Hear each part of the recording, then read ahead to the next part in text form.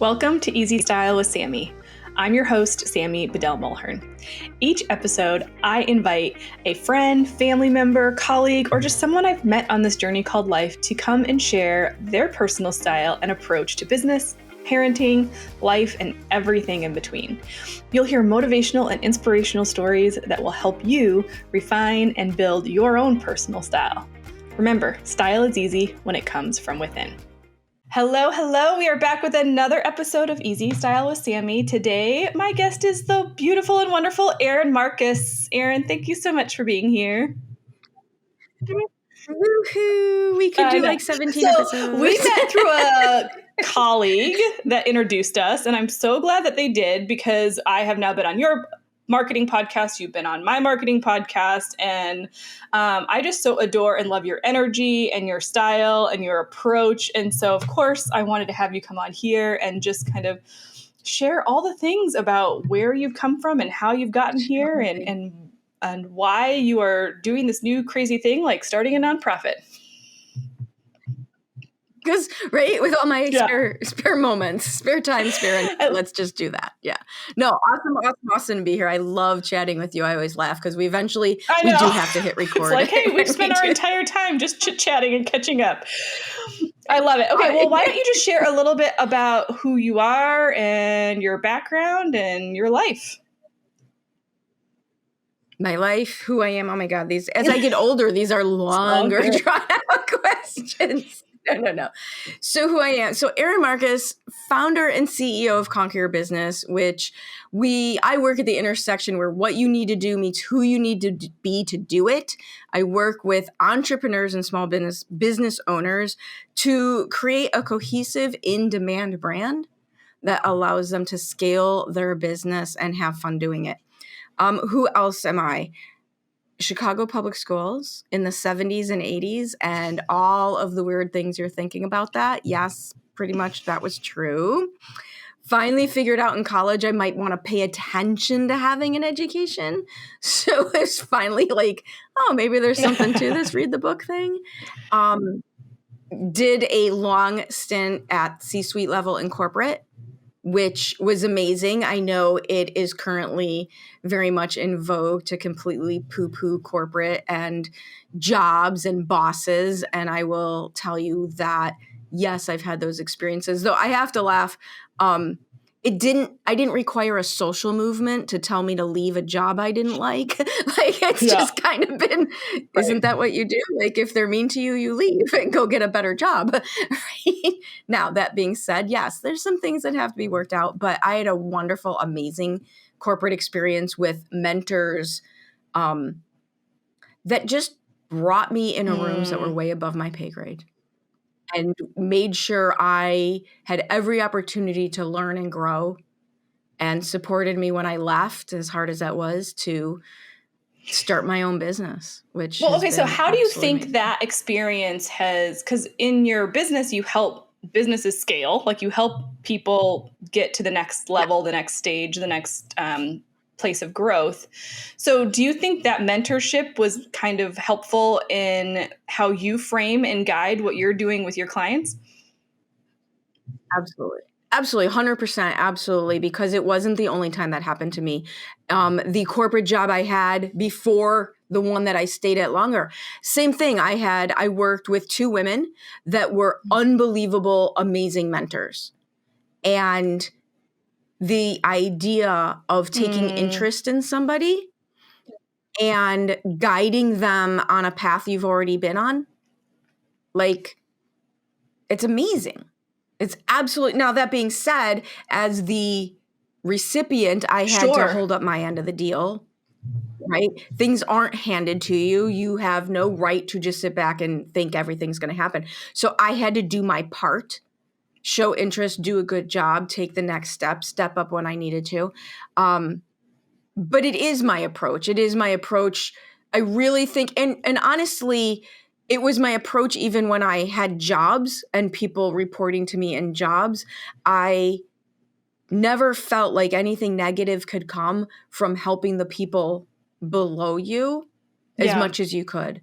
Sharing the accolades when they were deserved, that all comes back to you. I never understood, just inherently, I never really understood the scarcity approach to Well, and I think that's leadership, why if we've you connected so can well. call it Like that. the way we approach business is in such alignment with each other, because I agree with you the same way. It's like those people that mentor us and guide us and bring us up without the fear or this, like, they're going to take my job.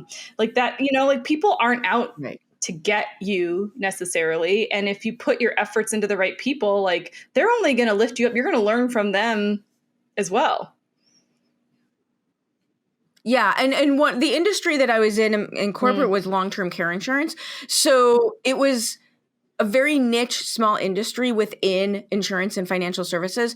So we all knew each other. We all knew each other, and everyone really had to play well in the sandbox together because we were like the redheaded stepchild of insurance, right? Like it was not nobody's favorite product. Nobody liked to sell it. Nobody liked to buy it. Nobody liked to produce it. Like, yeah, great, Erin, great decision to jump into that field. But everyone in that industry really embodied when the water Yeah, I goes up, love all that. boats rise. I love that. And it is Yeah. very, very, Okay, very so possible. you leave corporate, you start your own marketing, business, coaching company. It's going well, and you're like, hey, I have this passion for animals and wildlife. I'm going to start a nonprofit. So, like, what was it that kind of pushed you over the edge from I have a passion for this to I want to actively participate in this? So there's kind of a meeting point of a couple of things or several things. Number one, I would volunteer every week at a wildlife rescue. For 15 years, it was at dog rescues, and then had this amazing opportunity to volunteer weekly at a wildlife rescue.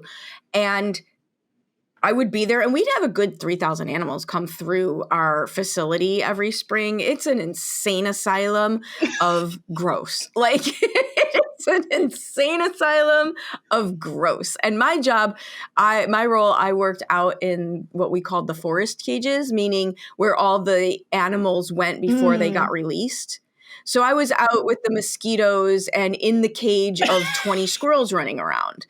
And they jump on you and they swipe at you. Like it's a zoo. Like, and not in a good, it's just mayhem, right? And so I always felt good doing that. But as someone who teaches people how to grow a business, and is someone who comes into contact with so many people who have money issues, I would forever use the rescue as my example of why it's a good thing to make a lot of money. And I would say every summer I would help about 250 baby ducks.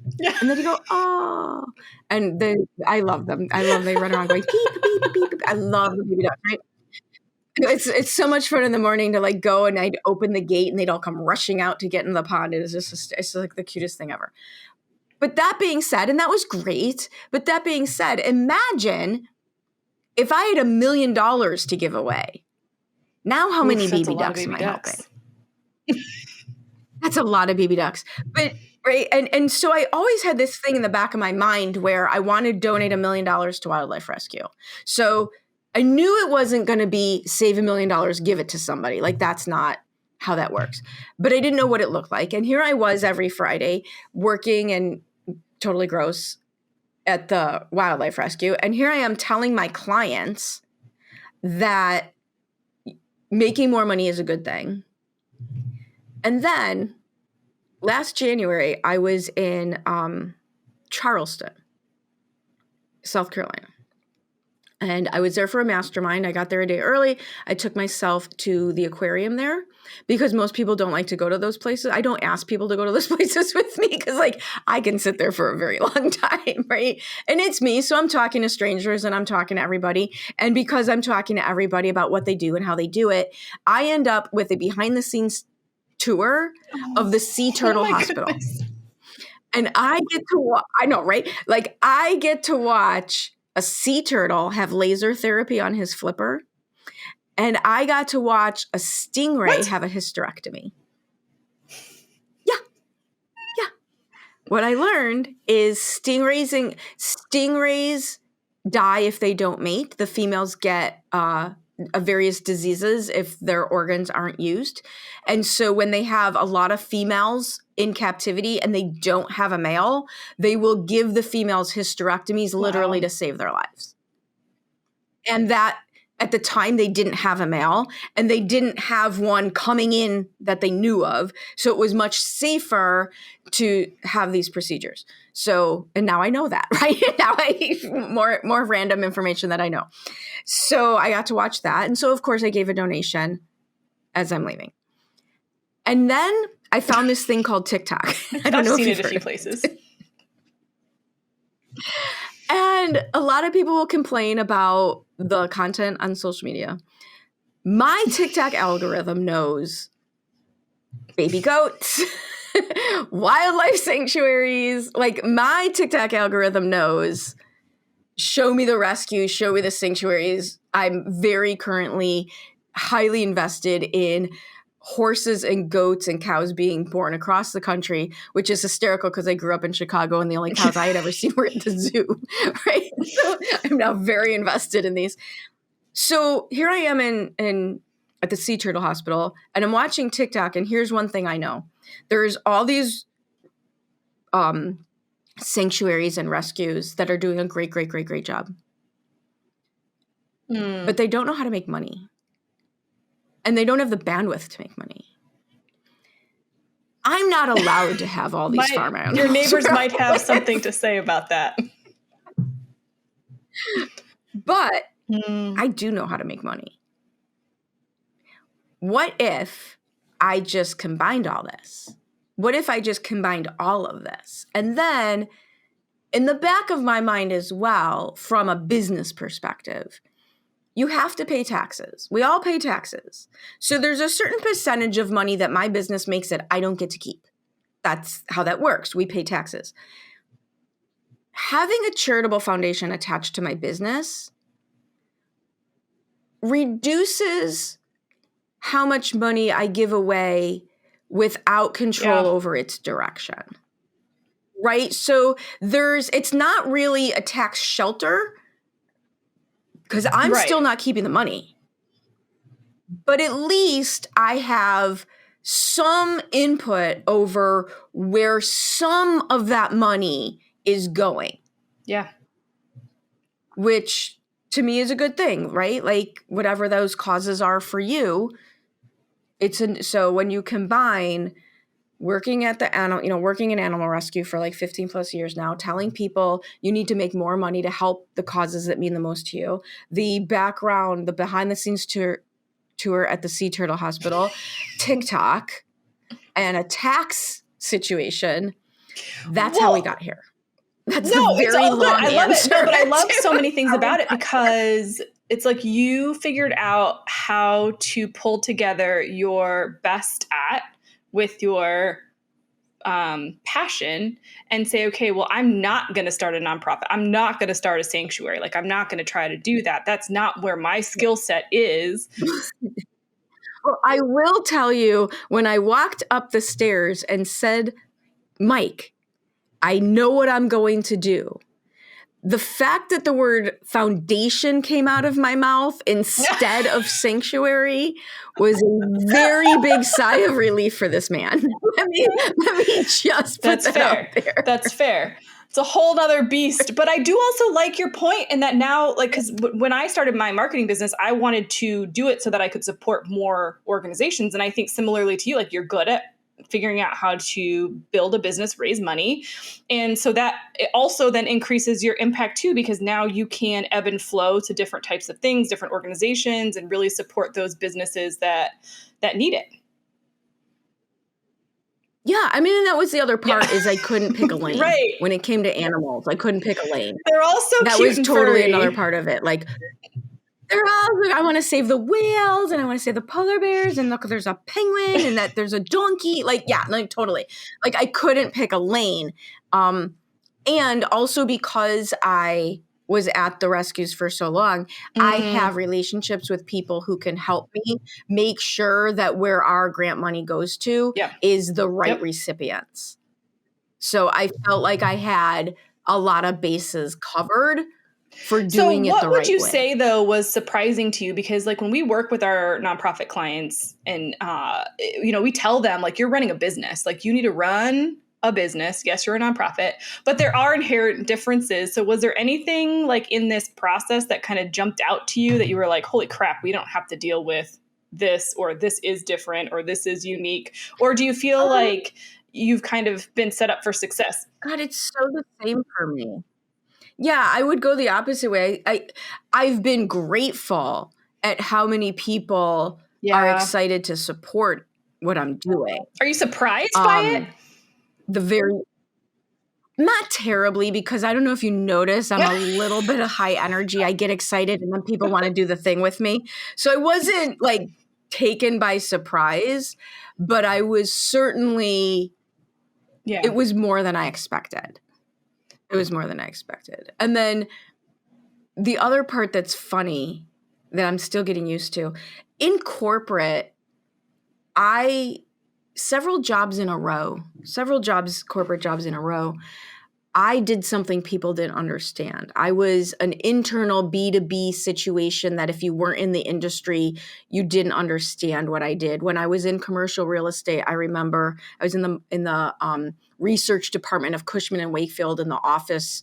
Like nobody understands what the heck that is and what we did. And I totally remember overhearing my husband at the time talking to his mom saying, no, Mom, office space, not outer space, right? So like I've had jobs where nobody understood what I did. And now with my business and with this venture, everyone and their mother has an opinion about what I'm supposed to be doing and what works. And so learning how to be great, I'm not saying some of it's good idea. There are people with great ideas, but it's interesting to me. I've never been so inundated with people telling me I'm doing everything funny. wrong. Yeah. Right. Yeah. Like, and my favorite, and I don't know who said this to me, I can't remember who said this to me, was someone who just really wanting to help me. We're going to have a launch party. It's delayed. Thank you, state of Illinois. Thank you. I lost my facility. So it's completely just like running a business, actually. But so the launch party's delayed. That's fine. It'll happen. And so I have all these people telling me, don't do that. That's not how you make money. It'll make the money it's supposed to make. And it's for celebration. And then I had somebody tell me, you have to have a gala. You absolutely have to have a gala, because if you don't have a fancy gala, people won't give more money. And my response was, my people don't want a gala. My people want to meet a turkey vulture. I happen to know one, right? Like, I happen to know one. Her name is Linda. And if you're not careful, she will untie your shoes while you're not watching. Like, oh yeah, you can come. We're getting her at right. That's my launch party. You want a pedestal? I'm your man. I found a location that's going to let me have food trucks and animals in the same place. Like animal rescue. Yeah. It'd be different.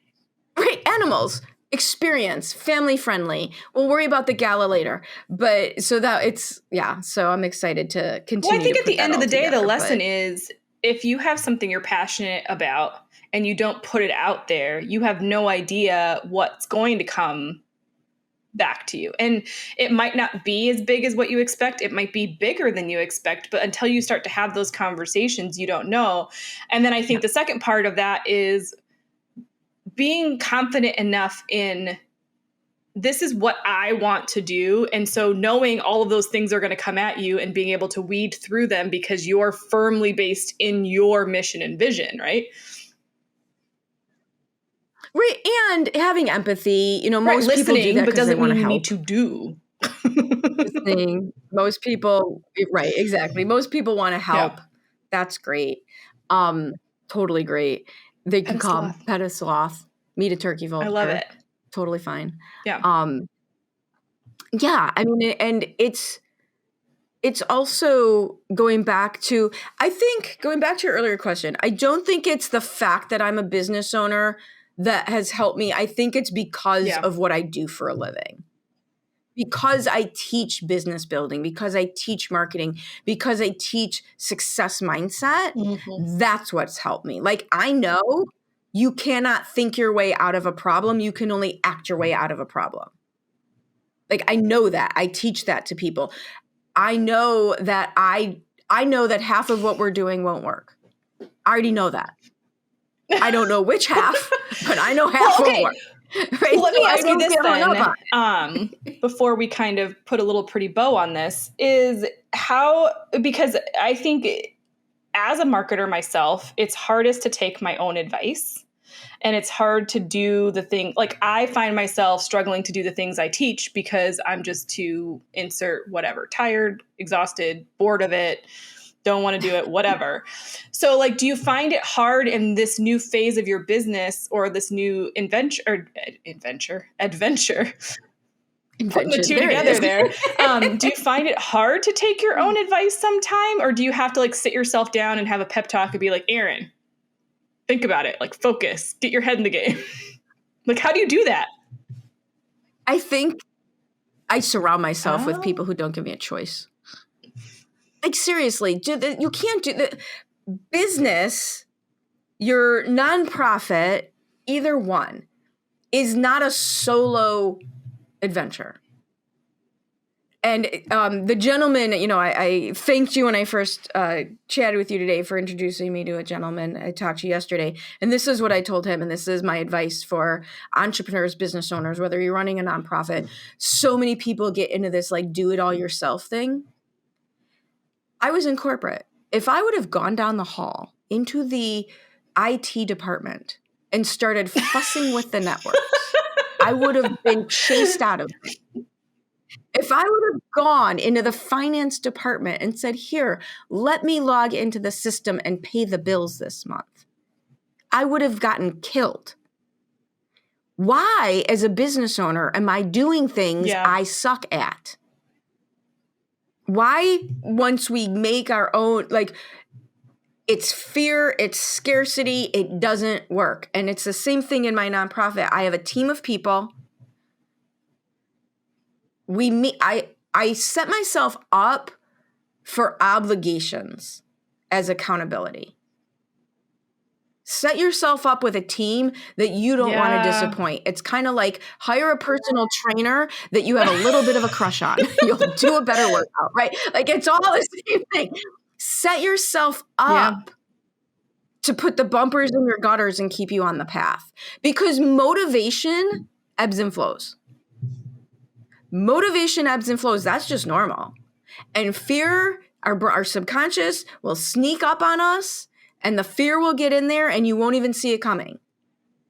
So set yourself up with a team that you don't want to disappoint. I booked, right in my business, I'm writing a book. You know what I did? I went and booked myself on a podcast for authors only. Better get my act together. Yeah. Right? But I think that's so brilliant. And I think, gosh, so many good things. This is why I love talking to you. So many good things in there, just from like, yes, get your motivation right. Yes, get your head right. But then just surrounding yourself with the people that do the things that you don't do.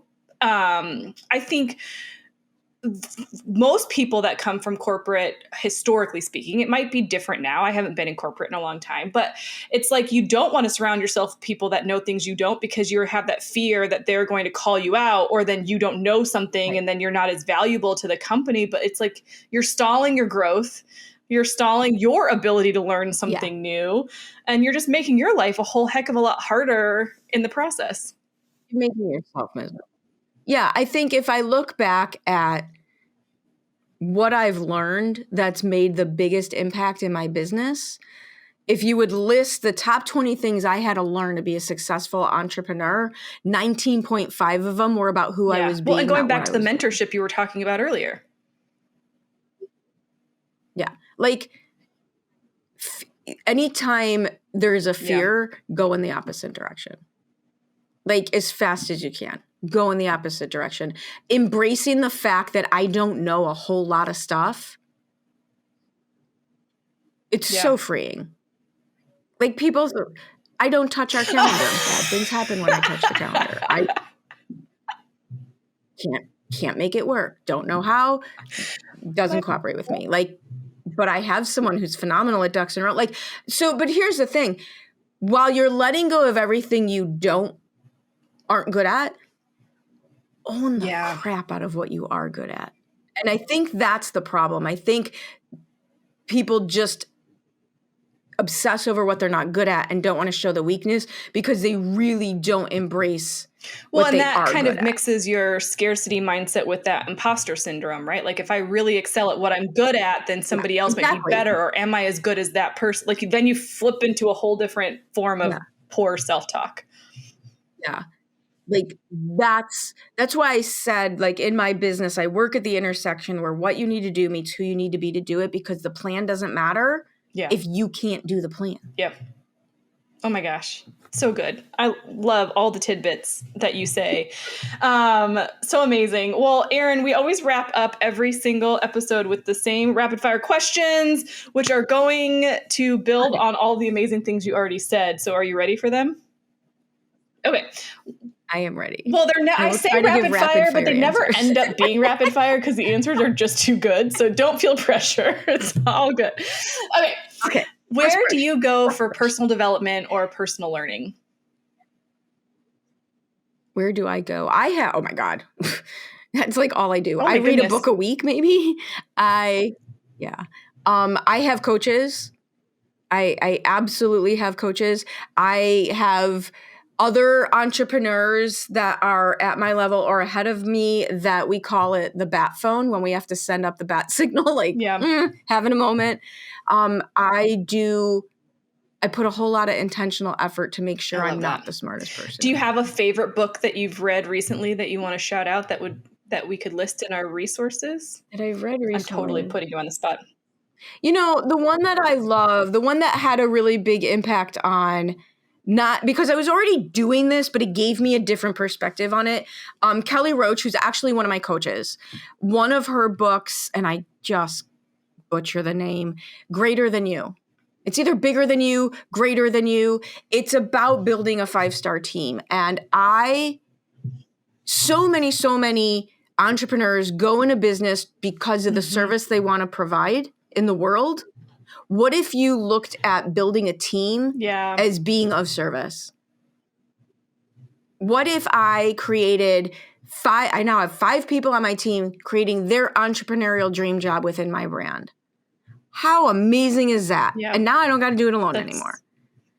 So that I like her perspective on why it's important to have team other than bandwidth. That's good. Right? That's good. Would you consider yourself an introvert or an extrovert? So I'm sure you're shocked. I score off the charts extrovert on a Myers-Briggs. I need a lot of alone time. I love meeting, like I'm tired in the afternoon, so I book conversations with people in the afternoon because I will always be happy doing that. But I have a lot of alone time. Yep, I'm the same way. What is one thing on your goal list for this upcoming year, either personal or professional? It's one big thing you want to accomplish. Aside from the launch party? Aside from your turkey vulture, seriously? Not untying everybody's... Wait, does the turkey vulture have a sense of humor and tie other people's shoes to each other so that they trip and fall down? She will wait till you're not looking and untie your shoes. Totally. It's like, don't mind me over here, giant, huge bird. Just we can consider the launch party one of your big goals. We don't have to come up with another one. That's one of my big goals. This year, I'll give you this answer and then I'll tell you what they are. I'm done with the word goals. If they work for you, they work for you. It's not like we need different words. If they work for you, they work for you. But here's my problem. I spent 30 some odd years powerlifting and competitively and bodybuilding. And in that world, a goal is how much can I lift that's more than I've ever lifted before the day of the competition, and then not be able to do it the next day. So to me, a goal is A, inherently really hard to reach, and B, it's an anomaly, not a new normal. Got it. So I'm not using that word as much anymore. It comes out of my mouth because it is a normal word. So in my journal, when I am putting in my goals, quote unquote, it'll cap it off with saying, things I'm making happen. Yes, more of this. This is happening now. Okay, so and then what I do you list them want? out. What do you want Because more of this year? I want $1 million business. I want to hit That's $1 million amazing. in my business this year. You can do it. You're going to do it. I have faith. I can totally do it. What We're is very one excited. piece of advice you've gotten from somebody that has really stuck with you? Oh, so much. If fear is the only reason you're not doing something, it's not a good enough reason. Yeah. Step on the gas when everybody else is stepping on the brakes. Same person. Well, I think those two go really well together, because that's when like amazing innovation, like I think right now we are primed for incredible innovation in all things, because there's so many people working from home right now or sitting at home. We're recording this episode in the middle of March. Facebook just announced another 10,000 people that are being laid. Like, you know, there's so many things that are happening. And instead of the people that are going to come out of this and be extremely successful are those that took advice from those two things that you just said, and they're going to create incredible innovation. Now is not the time. I love that. Oh, I just got like goosebumps. No, I love that. That's so good. Okay. What is a non-negotiable for you in your life? Besides hanging out with the squirrels and getting run all over. Sleep. So much sleep required. So much sleep required. Are you a napper, or is it like you go to bed early? No, I can't nap either. I can't nap. Okay. I can sleep. I can't power like 15 minutes. What the heck's that going to do for me? Like, 15 minutes. I'm like Sunday football afternoon, 2.5 hours, wake up thinking it's Monday at 3:00 in the afternoon. Yeah, no. That's my speed. I need full night's sleep. I cannot. And it's so funny. My brother is the opposite. My brother's one of those guys that even when we were kids, 4 or 5 hours, he's fine. Like for decades, he's fine. I can't function in less than 7. I need 8. You're the 9. Same person. And you know what? I will try to find the article, but I read an article recently that said that women just inherently genetically need more sleep than men, because men's bodies are better, their brains are better at resting during the day than women's because of hormones. Like just the I could go. Well, no, but just go with that.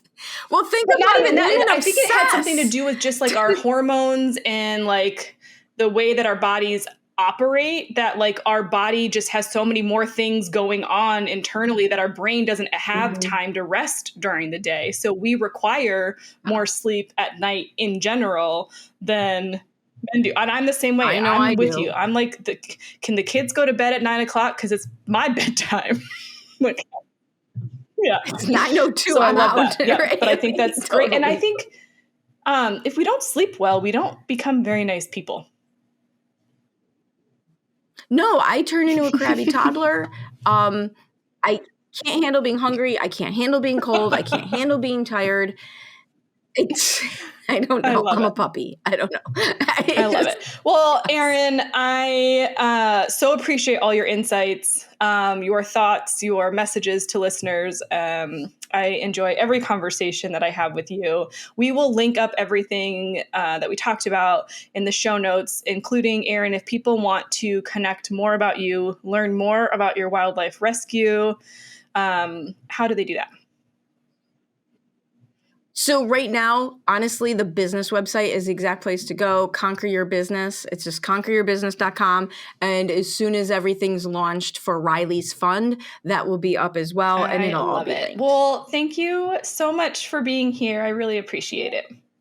I could talk to Erin all day. I always love her insights, her approach to business, her real talk, because I think it's important and something that we really need. We really need to think about what we want, what we care about, who we are, how we're showing up, and just be real with ourselves.